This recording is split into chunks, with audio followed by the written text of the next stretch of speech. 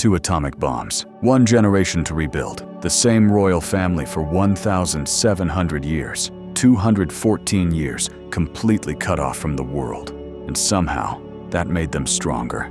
No country has a story like Japan's. 100 moments, 14,000 years. Before Japan was a country, it was already something remarkable. 14,000 years ago, people were living on these islands and making pottery. Not farming, not building cities, just hunting, fishing, and shaping clay into containers. We call them the Jomon. Then, around 300 BC, something changed. Farmers arrived from the Asian mainland and brought rice. Within a few generations, the Jomon way of life was gone. The people who came next brought bronze, iron, and organization. And out of that organization, a single clan slowly rose above all the others, the Yamato. By 300 AD, the Yamato sat at the center of Japanese power. They never left. The Emperor of Japan today is a direct descendant of that same family, the oldest unbroken royal line on Earth. In the 6th century, one man tried to hold all of this together with law instead of force. Prince Shotoku introduced Buddhism, wrote Japan's first constitution, and built temples that still stand today. He was dead before 50. Japan decided he must have been something more than human. Japan's earliest religion, Shinto, had no book, no prophet, and no rules about heaven. It said only this: the world is full of gods. They live in rivers, in mountains, in old trees, in storms. Treat the world with respect, and the world might treat you back. One family, the Fujiwara, ruled Japan for 300 years without ever sitting on the throne. They married their daughters to emperors and raised the children themselves. The emperor kept the title. The Fujiwara kept everything else. The aristocrats who ruled from Kyoto spent 4 centuries writing poetry to each other instead of governing. A lady-in-waiting named Murasaki Shikibu sat at her desk in the year 1008 and wrote the world's first novel. It was more psychologically sophisticated than most fiction written since. While the court was writing poems, the warriors were getting stronger. When the court lost control of the countryside, samurai clans stepped in. Within a century, they had more real power than the emperor. Japan had always been run by whoever held the sword. That was about to become very official. Before we go further, 5 words you need to know. A samurai was a warrior who served a lord. He trained his whole life to fight and was expected to die before surrendering. A ronin was a samurai without a master, dangerous, broke, and with nothing left to lose. A ninja was something different, less warrior, more spy. They didn't fight fair and weren't supposed to. A shogun was the military ruler of Japan, the man with the real power, even while an emperor still sat on the throne, and kamikaze means divine wind. In 1180, 2 samurai clans went to war, the Taira and the Minamoto. They fought for 5 years. When it ended at a naval battle called Dan no Ura, the losing clan was finished. Their emperor, a 7-year-old boy, was thrown into the sea by his own grandmother to stop him being captured. The man who won was Minamoto no Yoritomo. He did something no one had done before. He moved Japan's real government away from the emperor and gave it to a military commander. He called himself shogun. For the next 700 years, that's how Japan was run. The new military government worked until the most powerful man on earth decided he wanted Japan too.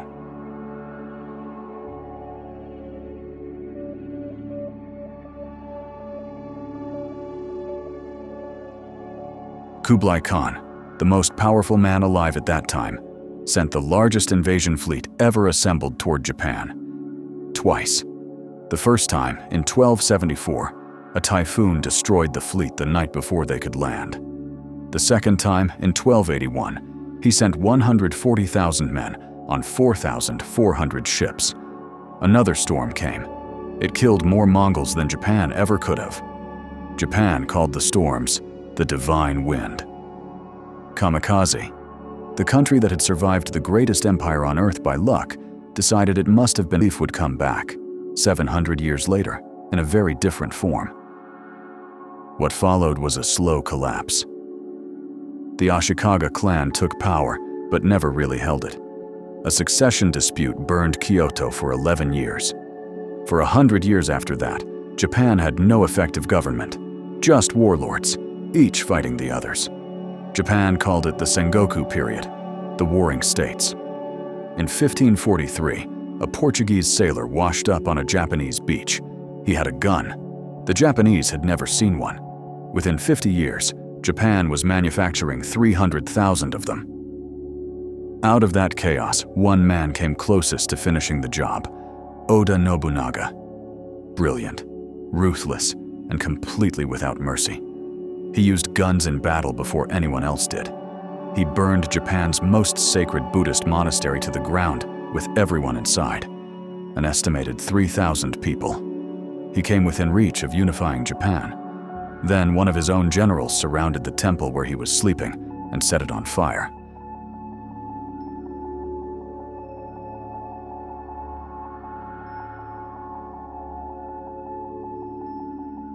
That general's name was Toyotomi Hideyoshi, born a peasant's son with no surname. He had carried Nobunaga's sandals, learned everything the man knew, and became ruler of all Japan.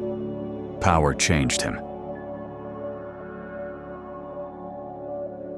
He had Japan's greatest tea master, Sen no Rikyu, whose philosophy of beauty and simplicity made the ruler feel small, ordered to commit suicide. No one ever fully understood why. Then came Korea. 158,000 soldiers sent to conquer China via the Korean peninsula. The campaign killed an estimated 1 million people and achieved nothing. Hideyoshi died in 1598 with the invasion still running, his son 5 years old, and 5 regents already conspiring against each other. On a foggy October morning in 1600, 170,000 soldiers met on a plain called Sekigahara, Eastern Army against Western. Japan's entire future decided in 9 hours. Midway through the battle, one of the Western commanders switched sides. The flank collapsed. By afternoon, one man owned Japan. The man who won had waited 40 years for that morning.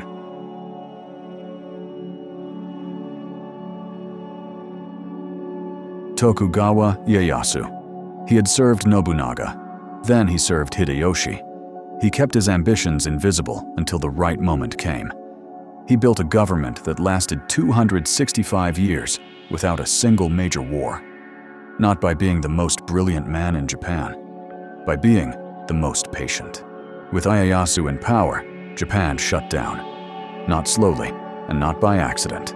In 1635, the shogunate made a decision. The outside world was dangerous, and Japan didn't need it. Leaving Japan was made illegal. Coming in was illegal. The punishment for breaking either rule was death. For 214 years, Japan existed almost entirely alone. The one exception was a tiny artificial island in Nagasaki harbor called Dejima, 120 meters long. Dutch traders were allowed to live there. That was Japan's entire window to the outside world. 47 samurai whose master was forced to commit suicide spent 2 years in disguise before killing his enemy. Then they surrendered, walked to his grave together, and killed themselves. Japan has argued ever since about whether they were right. The city of Edo, which we now call Tokyo, grew into the largest city on Earth. Over 1 million people lived there by 1700, more than London, Paris, and Istanbul combined. A swordsman named Miyamoto Musashi fought 61 duels and never lost one. He retired to a cave, wrote a book about strategy called The Book of 5 Rings, and died 9 weeks after finishing it. Artists printed woodblock images of waves and mountains and sold them in the market for the price of a bowl of noodles. Van Gogh would collect them. Monet would hang them in his house. The most reproduced artwork in human history, Hokusai's Great Wave, started as one of 5,000 prints made by an old man who began the series at age 70. Ink, brushstroke, and stone.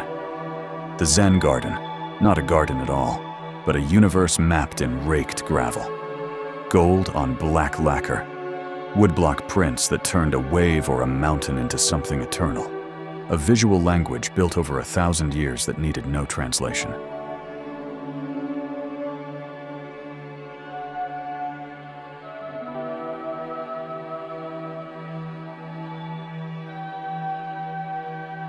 A a woman invented kabuki theater in 1603. The government banned women from performing within a decade.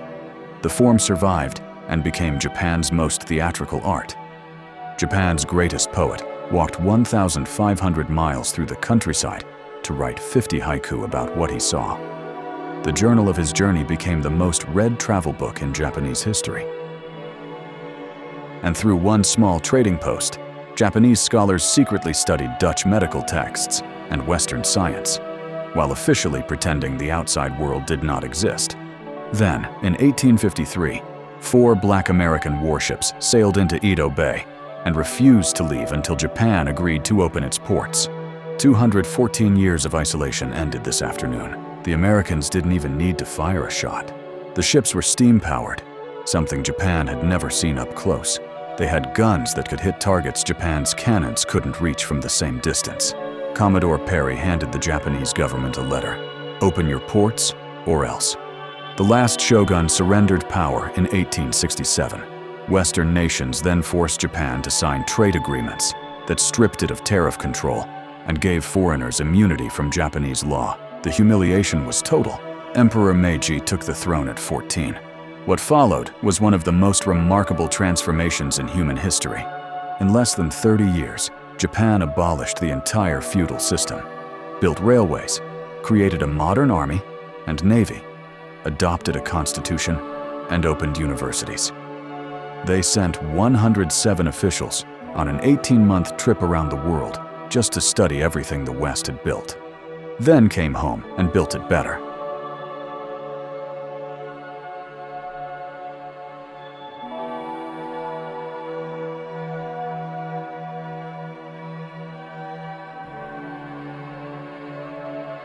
The samurai were abolished. The sword was banned. Warriors who had defined Japan for 600 years were handed civilian clothes and told to go home. A final rebellion led by Japan's most celebrated warrior was crushed in 8 months by government troops with modern rifles. The leader killed himself on the final day.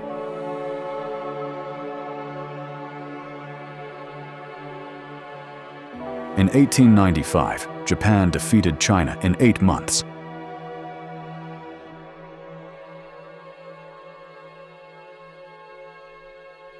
In 1905, Japan defeated Russia, a European empire, on both land and at sea. At the Battle of Tsushima, Japan's admiral destroyed Russia's entire Baltic fleet in 24 hours. It was the first time in the modern era that an Asian nation had beaten a Western great power. Japan wasn't catching up, it was overtaking. Emperor Meiji died in 1912. His general committed ritual suicide on the day of the funeral. What came next was a brief, fragile democracy, already being dismantled before it was finished. At noon on September 1st, 1923, an earthquake and firestorm killed 140,000 people in Tokyo and Yokohama. In the chaos that followed, soldiers and vigilante mobs massacred thousands of Korean residents. The democracy that had briefly existed never recovered. The men who came after Meiji learned the lesson the wrong way. They saw that Western empires had grown rich by taking things from other people. They decided Japan should do the same. Through the 1920s, military officers killed politicians who disagreed with them and replaced them with generals. By the 1930s, the generals were running the country. In 1931, Japanese officers blew up their own railway line in China and blamed the Chinese for it. They used that as an excuse to invade. The League of Nations condemned Japan and did nothing. Japan left the League and kept going. In December 1937, Japanese troops entered China's capital, Nanjing.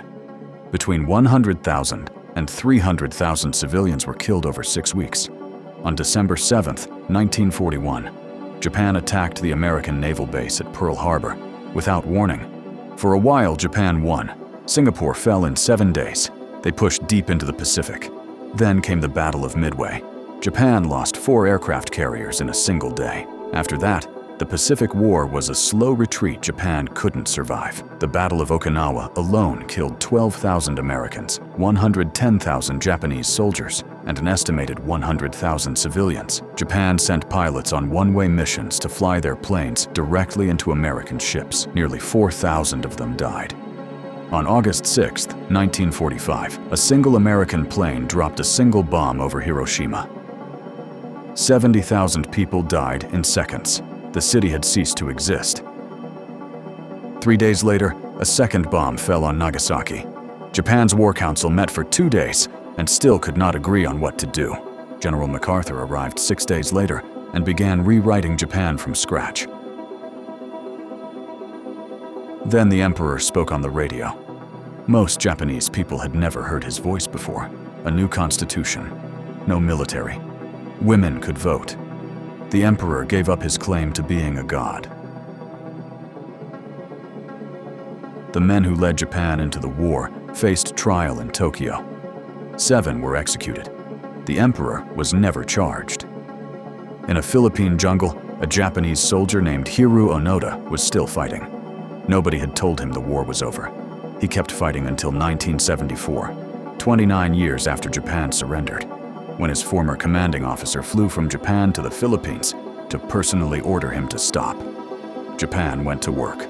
Within 15 years, it was the fastest growing economy on Earth. Within 20, the second largest economy in the world. Toyota, Sony, Honda, Panasonic, companies that barely existed in 1945, were outselling American companies by 1980. Japan built the world's first bullet train in 4 years and launched it on the same day as the 1964 Tokyo Olympics. The event Japan used to show the world it had rebuilt itself from rubble. The city that had been firebombed flat hosted one of the most watched television events in history.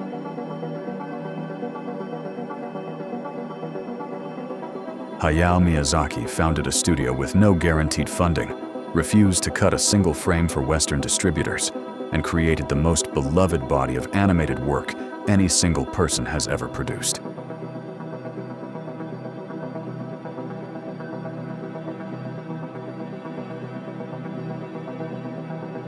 In 2002, Japan co-hosted the first World Cup ever held in Asia and reached the round of 16. It remains the country's greatest footballing moment.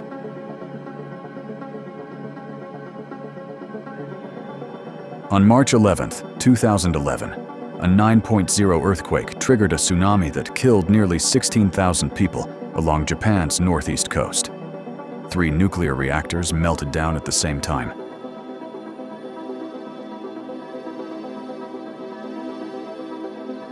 Modern Japan is a country of contradictions. It has the oldest population on Earth. 1 in 10 people is over 80. The government has started paying young people to move to the countryside because there aren't enough of them anywhere else. The 2020 Olympics were held without spectators, a year later, in a city under a state of emergency. Japan finished 3rd in gold medals. That's Japan.